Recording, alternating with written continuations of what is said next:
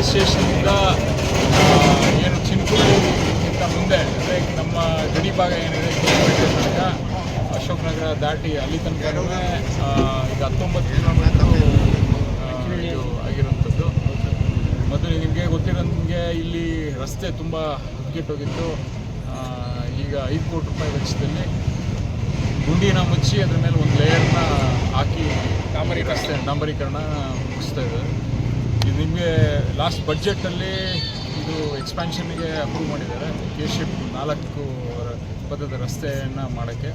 ಅದು ಆಗೋ ತನಕ ಇದು ಆಗಲೇಬೇಕಿತ್ತು. ರಸ್ತೆ ಸ್ವಲ್ಪ ಜಾಸ್ತಿನೇ ಕುಲ್ಗೇಟೋಗಿತ್ತು ಇಲ್ಲಿಂದ ಅಲ್ಲಿ ತನಕ. ಅದಕ್ಕೋಸ್ಕರ ಇದನ್ನು ಇಮಿಡಿಯೇಟಾಗಿ ಕೆಲಸ ಶುರು ಮಾಡಿಸ್ಬೇಕು ಅಂತ ಅಪ್ರೂವ್ ಮಾಡಿಸಿ ಈ ಹಣನ ಬಿಡುಗಡೆ ಮಾಡಿದ್ದಾರೆ ಸರ್ಕಾರದವರು.